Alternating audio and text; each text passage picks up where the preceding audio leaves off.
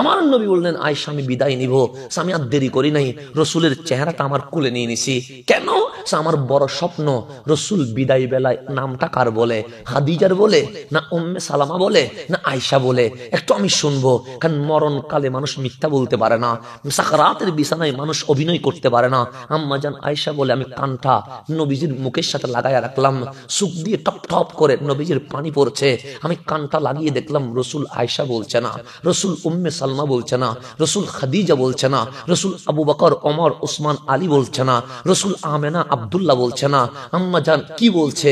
তখন আমি দেখলাম সুখ দিয়ে পানি বের হচ্ছে, কামলিওয়ালা ঠোঁট বলছে আলবিদা আলবিদা, ঠোঁট বলছে ও উম্মত সব বলতে পারবো, কিন্তু আমি বিদায় বেলায় বলছি উম্মতি উম্মতি উম্মতি, তোরে আমি বলতে পারবো না, তোরে আমি বলতে পারবো না। সেই জন্য কামলিওয়ালা রসুল বলেন কান্দিস না আমার মরণের কথা শুনলে। কেন? তোরাদু আলাইয়া আমালুকুম, আমি মরি যাই নাই, ফসি যাই নাই, আমি সোনার মদিনায় জিন্দা আছি। তোর আমলগুলো আমার কাছে যায়, আমি নবী দেখি তুই কি করিস। তোর নামও জানে, তোর বাবার নামও জানে, তোর ঠিকানাও জানে।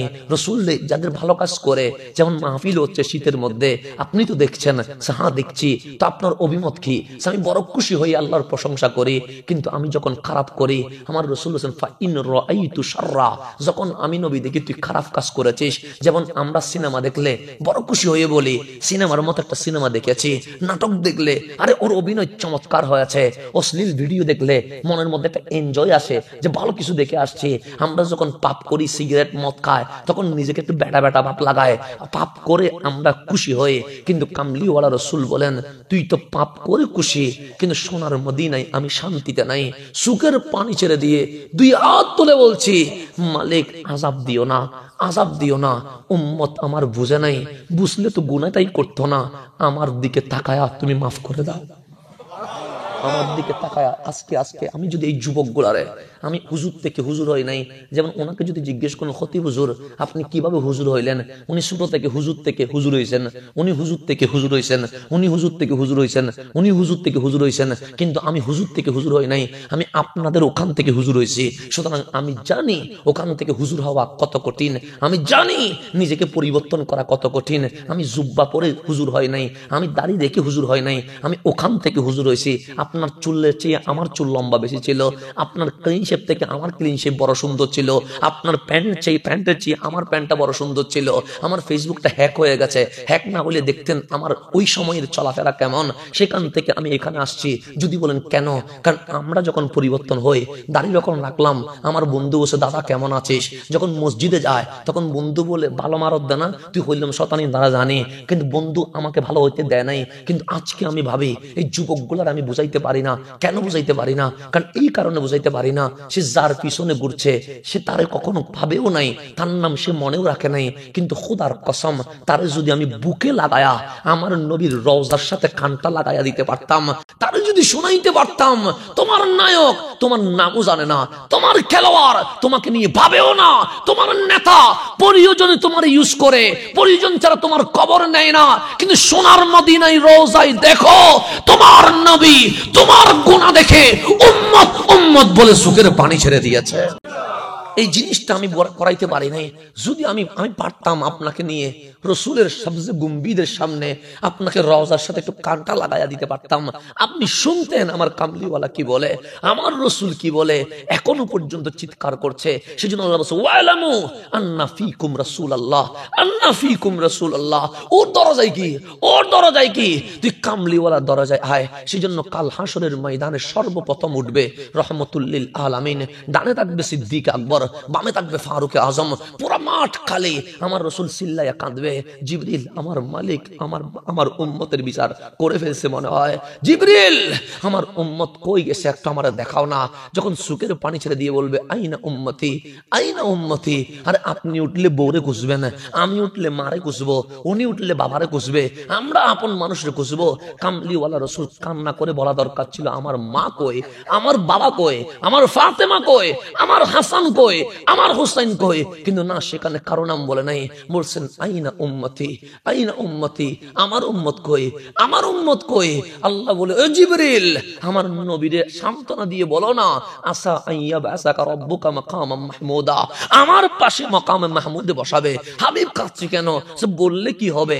উনি তো কাঁদছে তো মাকামে মাহমুদের জন্য নয়, সাহাবায়ে কেরামকে জান্নাতুল ফেরদৌসে দিব। জিবরিল বলে, ওটা বললে কি হবে? উনি তো সাহাবীর জন্য কাঁদে নাই, আরে আহলে বাইতকে জান্নাতের সর্দার বানাবো, সে এটা বললে কি হবে? উনি তো উনাদের জন্য কাঁদছে না। আল্লাহ বলবে, জিবরিল কাঁদে কেন?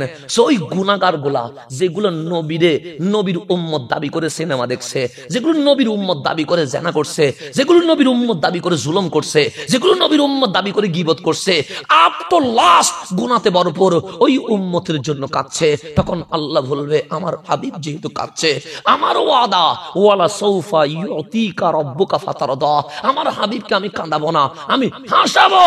জিবরিল দেরি করিও না, সব উম্মতরে কামলিওয়ালার সামনে দাঁড় করায়া দাও। কেমন রসুল, কেমন রসুল, কেমন রসুল, কামলিওয়ালার সামনে দাঁড় করায়া দাও। আমার একটা বুক আছে, আমি নিলে আপনাকে 10 জনকে বুকে নিতে পারবো, কিন্তু সবগুলার সাথে কি মোলাকাত করা সম্ভব হবে? সম্ভব।